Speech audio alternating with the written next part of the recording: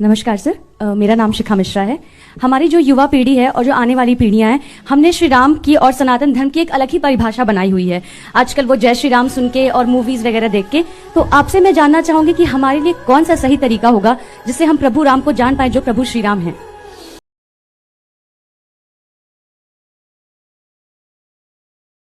देखिए, जो आपने बात कही वो सही बात है। मूवीज में एक इमेज बनी हुई है कि टीका लगाए, कंठी माला पहने और धोती कुर्ता पहने व्यक्ति विलन ही होगा, ये तय मान लीजिएगा। और इतना ही नहीं, धर्माचार्य तो धूर्त होगा। इतना ही नहीं, प्रोफेसर मजाक का पार्ट होगा।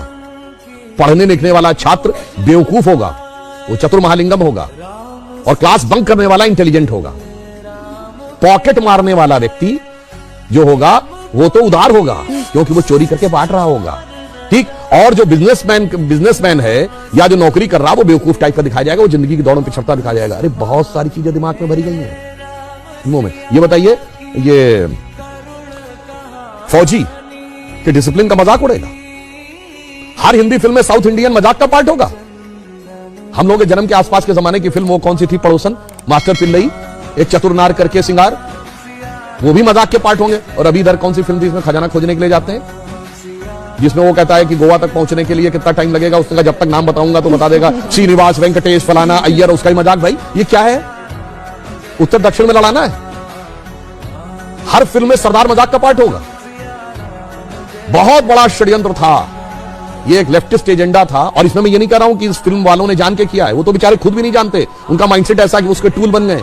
तो नई पीढ़ी ने तो बहुत कुछ ऐसा ही देखा है और ये बड़े करीने से उसके दिमाग में बैठा दिया गया है। अरे भाई, हम लोग भी बच्चे थे तो ऐसी बात रहती थी, बाबा आ जाएगा, झोली बाबा पकड़ के ले जाएगा, तो मतलब वो दाढ़ी वाला बाबा ही झोली होगा। और मैं किसी के प्रति अवमानना नहीं करना चाहता, मगर एक बात बताइए, कभी किसी मौलवी को नेगेटिव रोल में दिखाया गया तो बताइए। इवन आतंकवाद वाली फिल्मों में भी उसको कैरेक्टर रोल में दिखाया जाएगा। ये सोचने की बात है। एक ही फिल्म में, अमिताभ बच्चन जी की फिल्म है 1970 के दशक की, जिसमें जब उनकी भाभी आती हैं और या मां अगर उनको प्रसाद दी, मैं नहीं देता ऐसा प्रसाद, मैं नहीं मानता ऐसे भगवान को जो गरीब का पेट नहीं भर सकता, उसी फिल्म में 786 का बिल्ला उनकी जान बचाता है और उसको यूं हाथ से लगा देते। सोचिए कैसे दिमागों में चीजें भरी गई हैं। इसलिए मैं युवा पीढ़ी से कहूंगा, इस जगत प्रपंच से बाहर निकलिए और ओरिजिनल अपने टेक्स्ट पढ़िए। विवेकानंद का साहित्य पढ़िए, स्वामी रामतीर्थ का साहित्य पढ़िए, श्री अरविंदो का साहित्य पढ़िए, गांधी जी ने जो लिखा है उसको पढ़िए। कार्यक्रम के शुरू होने से पहले कुछ आप विवरण दे रहे थे, मैं चाहती हूँ वो दर्शकों तक भी पहुंचे, कैसे समय की चाल बदली। देखिए, हम आपको एक बात ये बताएं, आप सबने शनि की 7.5 वर्ड सुना होगा। ये 7.5 का मतलब क्या होता है? शनि एक राशि पे 2.5 साल रहता है और वो इतना जिसे ढैया कहते हैं।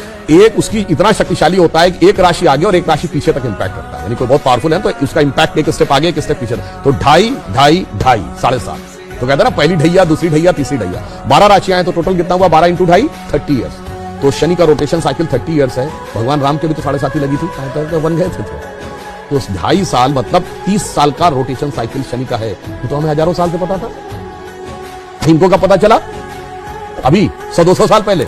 और ये बताते हमको, यार हम साइंटिफिक थे, तुम नहीं थे। मेरे भाई, तुमने तो कहा सूर्य पृथ्वी के चारों ओर घूमता है। और मजे की बात जानते क्या है?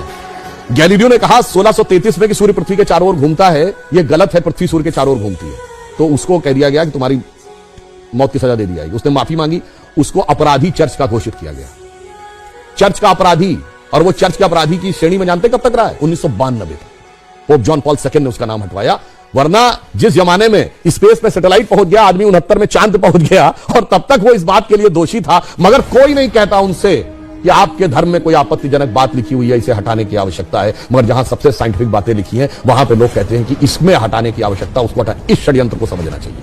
इस षड्यंत्र को आप भली बात समझें तो आपको समझ में आएगा कि जो सभ्यता सर्वाधिक उदार है, उसी सभ्यता के साथ सबसे अधिक छल किया जाता है, जिसे हम कहना चाहेंगे आजादी का अमृतकाल है। तो हम कहते थे ना, हो गए हैं स्वप्न सब साकार, कैसे मान ले हम, टल गया सर से व्यथा का भार, कैसे मान ले हम।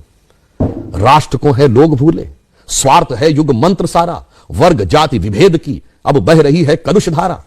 इस अमा के तिमिर को, यानी अमा अंधकार, तिमिर मतलब अंधकार, रात्रि के अंधकार को अब अरुणिमा क्या मान ले हम, टल गया सर से व्यथा का भार, कैसे मान ले हम। और आगे की लाइन सुनिए, वो महत्वपूर्ण है। वेशवाणी तत्व दर्शन दूसरों से यह सभी ले, विकृति को हम ग्रहण करते, निज प्रकृति को आज भूले। इस विदेशी नकल को अब अस्मिता क्या मान ले हम, हो गए हैं स्वप्न सब साकार, कैसे मान ले।